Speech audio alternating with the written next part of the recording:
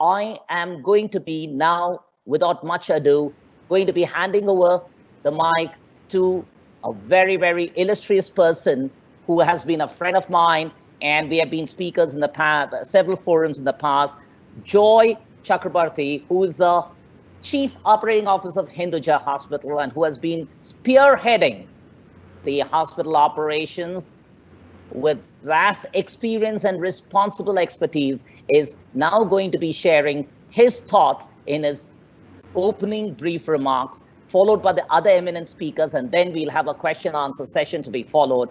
It's going to be lively, entertaining, and exciting, I assure you all. So please be clued in and be with us throughout this seminar. Over to you, Joy. Welcome to the show. Thank you, Jia, and good evening to all the viewers who are watching this digitally. As Jia has mentioned about the COVID-19 impact, and it is very important from the marketing, branding, and business models for the hospitals or healthcare, sector. I'm going to touch upon the aspects related to hospitals specifically. And when I say that, I mean really a provider's space in healthcare. He's facing an unprecedented challenge. And what kind of challenge it is? We, especially in our scenario, are present in this hospital sector for last 7 decades. People, they have a lot of trust, faith, and we have developed millions of patient families as a part of the extended hospital family. But during this COVID-19 situation, what is happening? We are constrained to interact, share information, treat them the way it was happening before. And as a result of that, some sorts of issues related to the connectivity with the patients, the treatment, what is supposed to happen for the patients, are facing a lot of challenges. What are those? Those who are new to the hospitals, I must say, most of the hospitals in the country as of now are OPD or outpatient departments are closed. Many of the hospitals have shut down their inpatient services for the elective cases, and that has resulted a huge pressure on the overall health system, that how do you manage these patients who are not COVID patients, but their life are also precious, and how they take care of their health, who has dependent on you for last several years and decades. Suddenly they are facing a challenge of not getting the similar support in the current scenario. So keeping all this in the mind, the positioning of yourself as a provider becomes very important. GR has mentioned some of the utilities, features, what we are adopting, like teleconsultation, which is ensuring that during this challenging time, patients still remain in touch with the doctors. We are keeping, hospitals are divided into different zones to ensure that all the needy and deserving people are attended by the providers. And use of robots and all, I'll come to those later, have been picked up to ensure the hospitality part when a patient is visiting in the hospitals are remaining uninterrupted, and they can get the similar level of service during their visits also. So in this background, the marketing for hospitals is going to be very important from the point of view that what kind of communication, what kind of messages you are giving, how you are positioning yourself, because in the market there are a lot of mistrust is already there about the chargeability, about the practices, about the professional etiquettes of the physicians, which I need not to elaborate much, but during this time it is becoming furthermore. And as a result of that, already in the media, already in the market, you will see that a lot of people have been, a lot of hospitals have been challenged, a lot of hospitals' name has been tarnished, the brands have been, unnecessarily blamed because of something. But I must say, being a part of the industry, that it is not that always the hospitals are in the wrong foot, and sometimes they give the clarification, justification, but that doesn't hold much value, because by then the name has been tarnished and the explanation doesn't go around to the target audience in a suitable way. So when you have challenge in terms of getting your patients, managing your business, you need to come out with different innovative business models. And some of those are like your telemedicines, as GR was again mentioning about electronic health records. That is going to be a major game changer.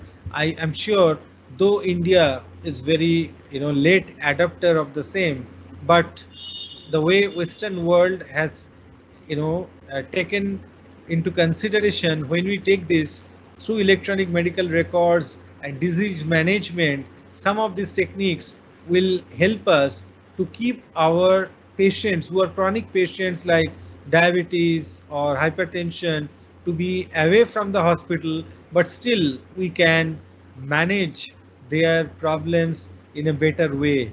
So this is an evolving scenario, and in this evolving scenario, everybody is trying to respond and react in a way which becomes good for the target market, target audience. And I'm sure this is revolving, and over a period of time it will be normal. And we are very much habituated with one term now called new normal. So it may not be back to the same level of whatever we had 3, 4, 6 months back, but I'm sure slowly it will start coming back. And with these innovative business models and a suitable positioning with excellent communication, these hospitals will get back their positions, and that will take our healthcare industry forward. So that is my introductory remarks, GR. Thank you so much, Joy. It's been a pleasure to hear you and a joy to hear you. We go over to each of the panelists with specific questions. And I start with Joy to ask him about my question to Joy is going to be that in this era of change and technology that has taken place, teleconsultation has been the go-to method for patients to avoid visiting hospitals. How is it convenient? And how is it going to be done in order to provide a seamless transition for patients to have the same experience as they would if they were coming to the hospital by remote advice? Thank you, GR. And as I was mentioning, some of the technologies, some of the new normals which are started taking shape, and one of those is this teleconsultation business. Earlier, when things were normal, there are few hospitals, there are few providers who were following this teleconsultation business, but it was really a business in the sense patient when they are geographically far away and they find it difficult to travel, and at that time this method was followed. But currently there is no option. Even if a patient is 3-4 miles away, they are required to undergo this for a simple reason, otherwise the outpatient department is closed for most of the hospitals. Having said that, I must say during this time of crisis, what I didn't know before, I have come across close to a dozen of companies which are not known to me. They have approached that they have a powerful solution for this teleconsultation. And when I have gone through most of them, may not be all of them, I have seen more or less the products are same, and we have also taken one of those solutions for our own outpatient department management. When I say that in this situation, this may be acceptable. Some of these solutions have got extensive features where patient can be Patient's records can be seen by the doctor, patient's other details can be accessed, a prescription can be digitally sent to the patient with the doctor, which are very much important from the medico-legal point of view. And also, I want to say that soon after this lockdown, in Maharashtra at least, the Maharashtra Medical Council, they have given relaxation to this telemedicine or teleconsultation process earlier, which was not accepted to prescribe medicine without seeing a patient. Now this is okay going on. I don't know how long they will keep this relaxation for the hospitals, for the doctors, but even if it is continuing, I have couple of reservations from my own point of view. The first is, you know 30 years, 40 years back, even though all of us were much younger and maybe our parents have taken us or they were the patients at that time, always the thing which was mostly appreciated, when a doctor comes and checks your pulse in his own, you feel some sorts of relaxation, you feel some sorts of happiness that the doctor has taken time and checked me, has put the stetho on my chest and checked the sound whether it is normal. But in absence of this, maybe the clientele or the consumers are also changing, but I think that kind of thing will be still missing, which will go in a long way from the patient engagement, patient satisfaction point of view. Secondly, if you think about a patient base of different classes, different strata, you can't expect each and every one of them to suddenly adopt the similar kind of platform in no time and avail the similar kind of service, which will lead to a difficulties in terms of getting your all segments of customers in the same platform to avail your service. So we have to think about it, but it has got several positive aspects in it. It gives a lot of flexibility, and I have seen currently, earlier when the clinic time was for 2 hours, now when doctors are under lockdown, they need not to travel, they have extended their clinic hours in virtual mode, and as a result of that they have increased the ability or capability of seeing more number of patients. It will Thank you, require Joy. it I will think it was very interesting what you're talking to us. And I would say that this is something which we will see as a change that is coming in this near future. And the human touch that you are talking about has been a very critical thing that you have mentioned. We have to see this transition taking over sooner than later. So we have, the next set of interaction with, on the topic of technology in healthcare. And let me invite Mr. Joy Chakraborty to talk about how technology has shaped healthcare in irreversible ways. How do you think innovations like electronic health record has added convenience and access to information? Over to you, Jia. Over to you, Mr. Joy. Yeah, thank you.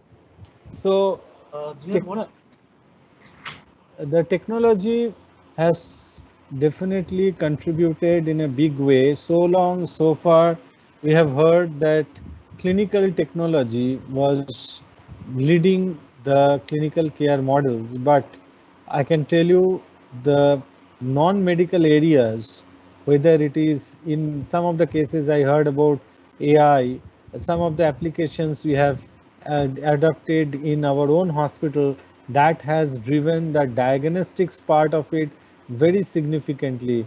Whether it is non-clinical activities like patient engagement, patient payment mechanism in different platforms, those have given a significance, it has improved significantly the patient experience in this scenario, not this scenario, even prior to that.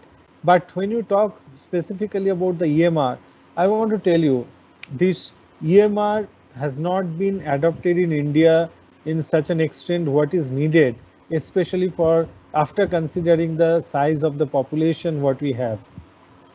What we don't have the complete population database in terms of their health condition, their profile of health. And in absence of that, what we start doing lot of duplication of diagnostics as well as treatment part, which could have been avoided. Today, a patient, if they move from one hospital to the other hospital, they don't get to know their records, whether it has been shared in the other place, and they become subject of repetition of certain of these activities. So EMR can take that away in a long way. And I can tell you some of the chronic diseases I heard about, diabetes management and all, in some of those areas this can work nicely. It can improve the patient's quality of life. It can reduce the number of turning patients turn up in the emergency room, for a simple reason that when through this technology you keep a track of this patient health, then many of these emergencies can be avoided. And finally, to add the EMR thing, if a hospital, if a healthcare provider wants to know their customer, wants to optimize their business, the most important thing they need kind of patients they are getting, from where they are getting, and how two or three different clinical specialties are getting overlapped, and how this each one of them are joining hands with the other specialties, and how that can be managed in a better way in the hospital. And EMR can do all this. And I'll take a small example before I stop in terms of this COVID treatment. In COVID, initially everyone was thinking and talking about it is something to do with lung infection. People will get respiratory disorders, and then they are going. Some of them are going to, ICU. They need, but slowly it has been seen it also affects and impacts other organs. It can cause problems with kidney.